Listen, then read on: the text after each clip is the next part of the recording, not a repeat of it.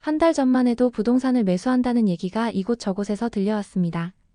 서울의 부동산이 계속 오르고 있다는 이야기가 뉴스에서 하루를 멀다 하고 올라왔습니다. 이러한 상황에서 최근 정부에서 발표하는 대출 규제는 남녀노소를 가리지 않았습니다.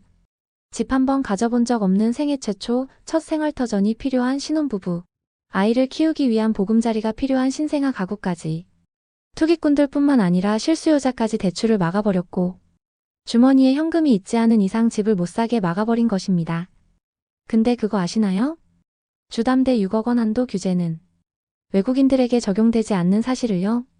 외국인은 해외에서 돈을 가지고 올 수 있으면 이런 규제 따위 아무 의미가 없습니다. 마음껏 집을 사고 싶을 때 살 수 있다는 뜻입니다. 실제로 외국인의 국내 부동산 취득은 지속적으로 증가하고 있습니다.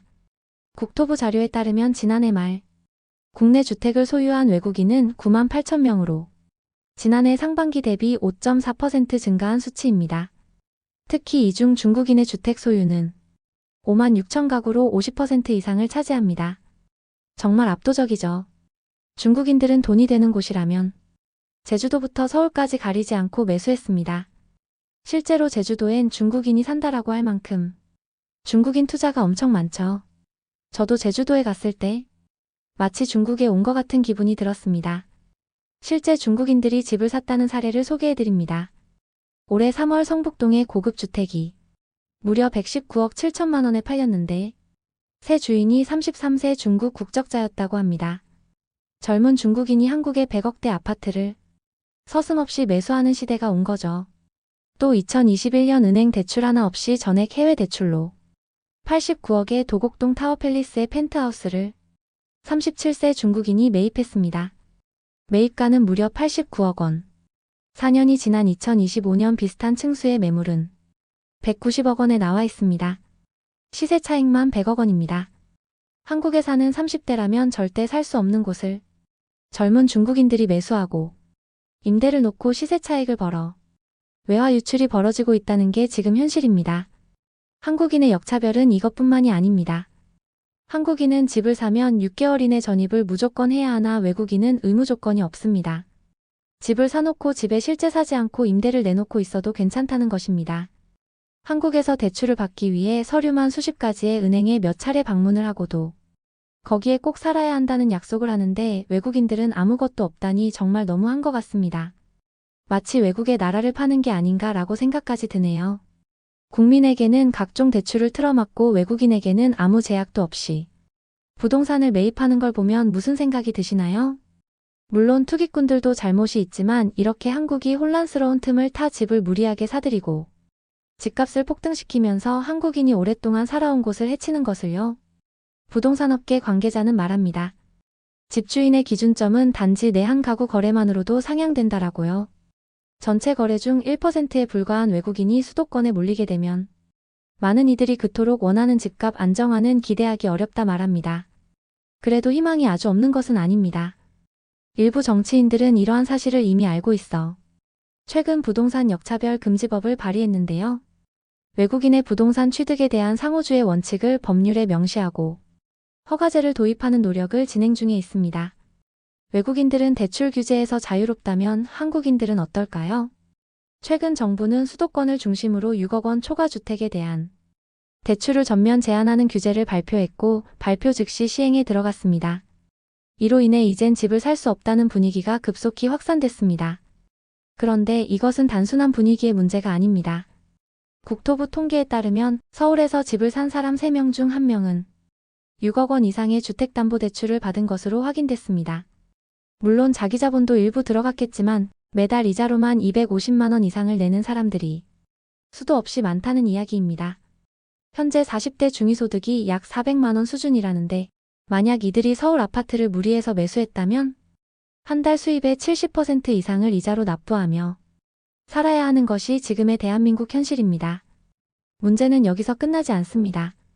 최근 매입자 중 약 40%는 전세를 끼고 집을 사고 있습니다.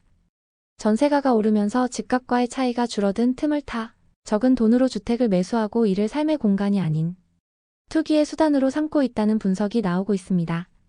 결국 이번 대출 규제가 집값 하락으로 이어질 것이라는 전망도 꾸준히 제기되고 있습니다. 작년까지만 해도 6억 원 이상 대출자 비중은 20%대를 유지하고 있었지만 올해 들어 갑자기 31%로 치솟았습니다. 토지거래 허가구역이 해제되면서 지금 아니면 서울집 못 산다는 인식이 확산되었고 그로 인해 거래량은 급증, 아파트값도 단기간에 폭등한 것입니다. 하지만 총부채원리 금상환 비율 규제에 가로막혀 더 이상의 상승세는 이어지지 못하고 있습니다. 좀 더 들여다보면 고가주택일수록 고소득자일수록 6억 원 초과 대출 비중이 높았습니다. 서울에서 대출 비중이 가장 높은 지역은 강남구, 서초구, 용산구, 송파구로 소위 강남 3구가 대출 상위 지역으로 집계됐습니다. 이 상황을 돌이켜보면 이번 대출 규제는 사실상 이런 메시지를 담고 있는 셈입니다. 이제 서울 아파트는 쉽게 사지 말라. 현금 여력이 없는 사람들이 빚으로 집을 사면서 집값을 밀어올리는 행위를 이제 그만하라는 뜻입니다. 앞으로는 서울 아파트를 사고 싶어도 3명 중 1명은 대출로 매수할 수 없게 됩니다. 그만큼 거래량도 줄고 수요가 억제되니 매도자 역시 팔기 어려워지고 결국 가격은 하락 압력을 받을 수밖에 없습니다. 갭 투자도 이제 막혔습니다. 6억 원 이상 대출 제한과 함께 소유권 이전 조건부 전세 대출도 금지됐기 때문입니다. 이 제도는 매수자가 아직 등기 이전을 하지 않은 상태에서도 세입자의 전세 대출 실행을 허용해주는 방식이었는데요. 이를 조금 더 쉽게 설명해 드리겠습니다. 한 투기 세력이 갭 차이가 적은 주택을 매수 계약합니다.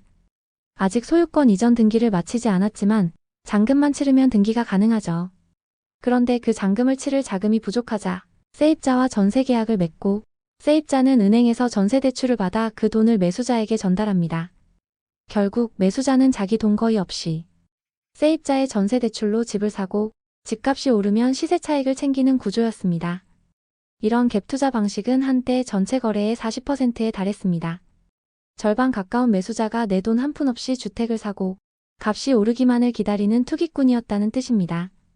갭 투자 건수만 봐도 1월엔 1160건, 2월엔 472건이었다가 토지거래 허가구역이 일시 해제된 3월엔 무려 4362건으로 급증했습니다. 이후 다시 규제가 재도입된 4월엔 1812건으로 급감했습니다.